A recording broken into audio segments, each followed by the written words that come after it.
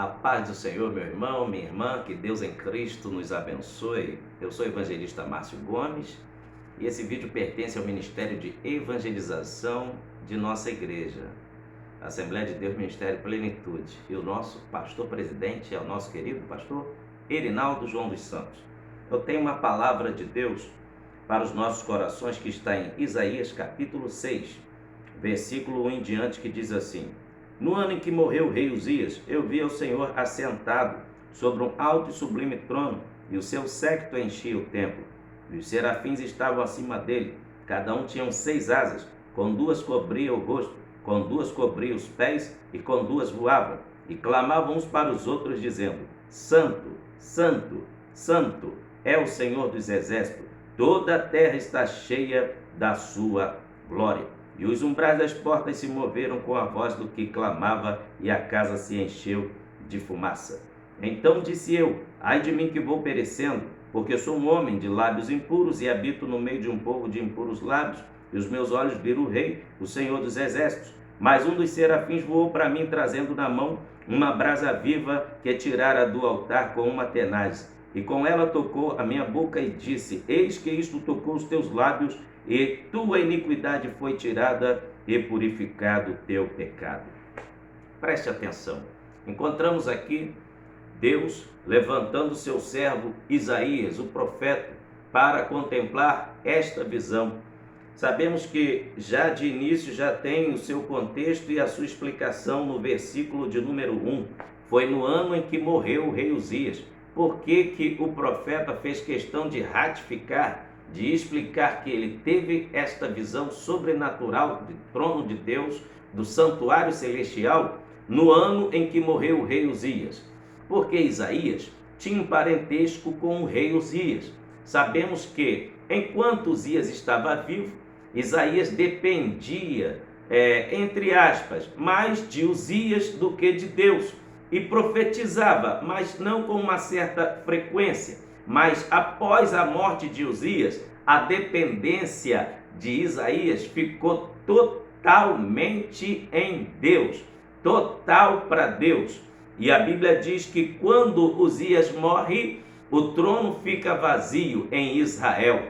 Aí Deus, para provar para Isaías que ele tem o controle de tudo, de todas as coisas, ainda que o trono da nação de Israel estava vazio, Deus está assentado no seu trono, e do seu trono comanda todas as coisas. Aleluia!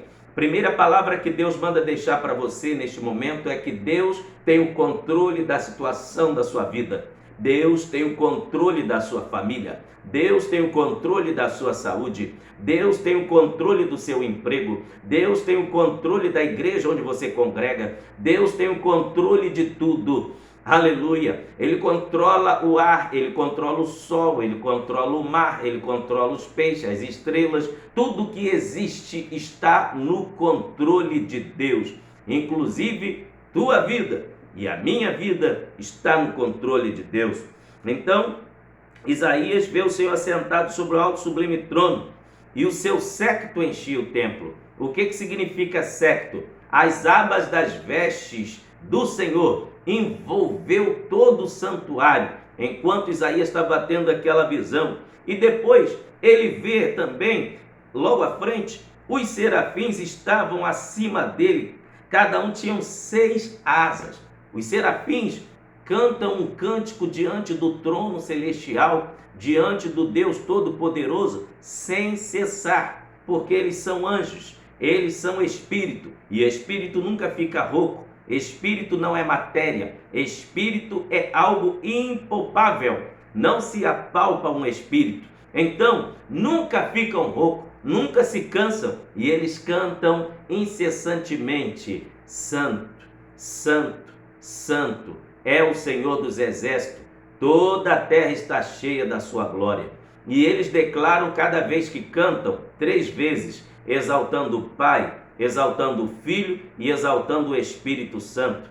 É a afirmação mais autêntica da Bíblia concernente à Trindade, à santidade de Deus. Os serafins cantam e clamam bem alto: Santo, Santo, Santo é o Senhor dos exércitos, toda a terra está cheia da sua glória. E o interessante que é a classe de anjo mais privilegiada do céu, porque é a classe que se esbarra no trono, bem dizendo assim, é a que fica próximo do trono celestial. Sabemos que existe 4 classes de anjos: anjo, arcanjos, querubins, serafim. Vou repetir: anjos, arcanjo, querubins e serafins.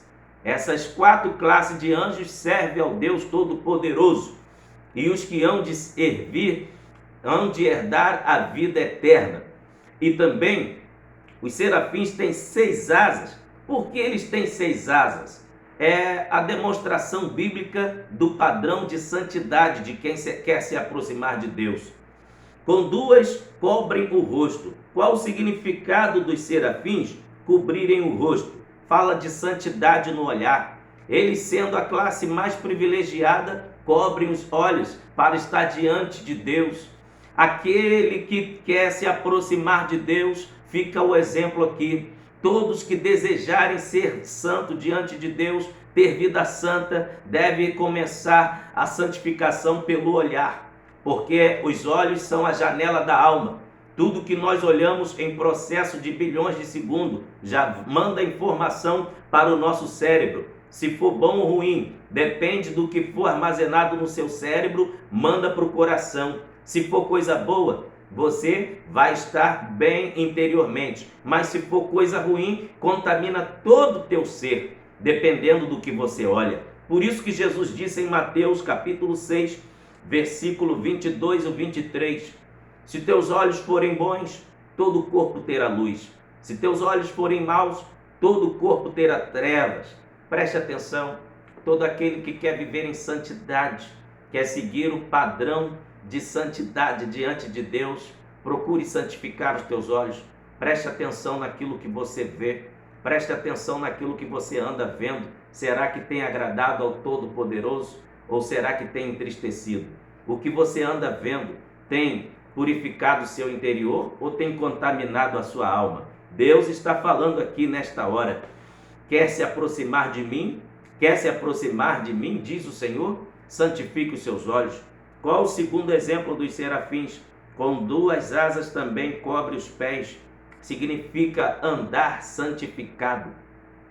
Na antiga aliança, quando o sacerdote era ungido para estar pronto para o serviço, ele tinha a sua orelha direita ungida, tinha o seu polegar da mão direita ungido e tinha o polegar do pé direito ungido, significando que o sacerdote, com a sua orelha ungida, estava pronto para ouvir a voz de Deus. Com o seu dedo polegar da mão direita ungido, estava apto para realizar a obra de Deus. E com o dedo do polegar do pé direito ungido, estava apto para caminhar na direção que Deus queria que ele caminhasse. Isso significa que aquele que quer se aproximar de Deus não tem mais vida própria. Você agora não se manda mais. Quem domina, quem governa, quem comanda a sua vida é o próprio Deus. A palavra unção significa separar, untar com óleo. Aquele que foi ungido por Deus está separado para Ele, para fazer a obra dEle, a vontade dEle. E os serafins, com 2 asas cobrem, aleluia, o rosto, com 2 cobrem os pés, conforme eu lhes disse. Os pés aqui fala de direção, fala de andar. Aquele que quer se aproximar de Deus não anda mais segundo o curso da sua vontade, mas anda de acordo com a vontade de Deus. Glória seja dado ao nome do Senhor Jesus. E para encerrar, os serafins também, eles voam diante do trono. Glória seja dado ao nome do Senhor. A palavra asas significa na tipologia liberdade. Asas fala de liberdade. Os serafins tomam 3 posições e 3 atitudes diante do trono de Deus.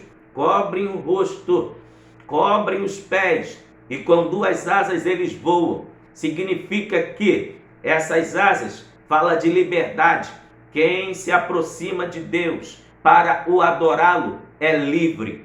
A palavra liberdade significa ausência de prisão, nada pode lhe prender. Aquele que foi chamado para adorar, a enfermidade não pode lhe prender. Aleluia! O apóstolo Paulo vai dizendo: que diremos, pois, essas coisas? Se Deus é por nós, quem será contra nós? Preste atenção, aquele que foi chamado para adorar a Deus está livre de todo laço do diabo. Isso mesmo, eu profetizo na tua vida agora a liberdade. Eu não sei o que o diabo armou contra a tua vida, mas eu vou profetizar para a tua vida o que está no Salmo 124. Aleluia! Porque quem foi chamado por Deus para adorar é livre. Salmo 124, versículo 6 a 8 diz assim: bendito seja o Senhor, que não nos deu por presa aos seus dentes. A nossa alma escapou como um pássaro do laço do passarinheiro. O laço quebrou-se e nós escapamos. O nosso socorro está em nome do Senhor, que fez os céus e a terra. Isso mesmo, está profetizado na sua vida liberdade. Que quem tem o desejo de adorar é livre. Seja livre nesta hora de tudo que tenta te prender. Você que quer aceitar a Cristo como Salvador, não tem forças, não se sente livre para estar na presença de Deus, pois algo lhe prende. Talvez a mentira, a prostituição, talvez o roubo, talvez a feitiçaria, a idolatria. Tudo isso cai por terra agora se você crê que Jesus pode te deixar livre para estar na presença dele. E eu encerro dizendo que Isaías se achava impuro para até mesmo estar dando assim sequência ao seu chamado ministerial. Deus providenciou uma brasa do altar, purificou Isaías, assim como a brasa do altar purificou os lábios de Isaías. O Senhor está enviando agora o seu Espírito Santo com fogo dos céus e está, aleluia, queimando tudo que é impureza, que estava entranhado dentro da sua alma, e está te deixando apto agora a estar na presença de Deus, o Todo-Poderoso, para adorá-lo e para servi-lo. Deus te abençoe em nome de Jesus. Que Deus em Cristo te capacite para estar na presença dele, em nome de Jesus. E se você ainda não aceitou o Senhor Jesus, aceite-o. Jesus é o caminho, a verdade e a vida. E você que já é evangélico, que está assistindo a esta palavra, que se quiser ter um padrão de santidade, é só seguir o que os serafins fazem diante de Deus. Eles adoram a Deus com todo o seu ser. Que Deus nos abençoe. Amém.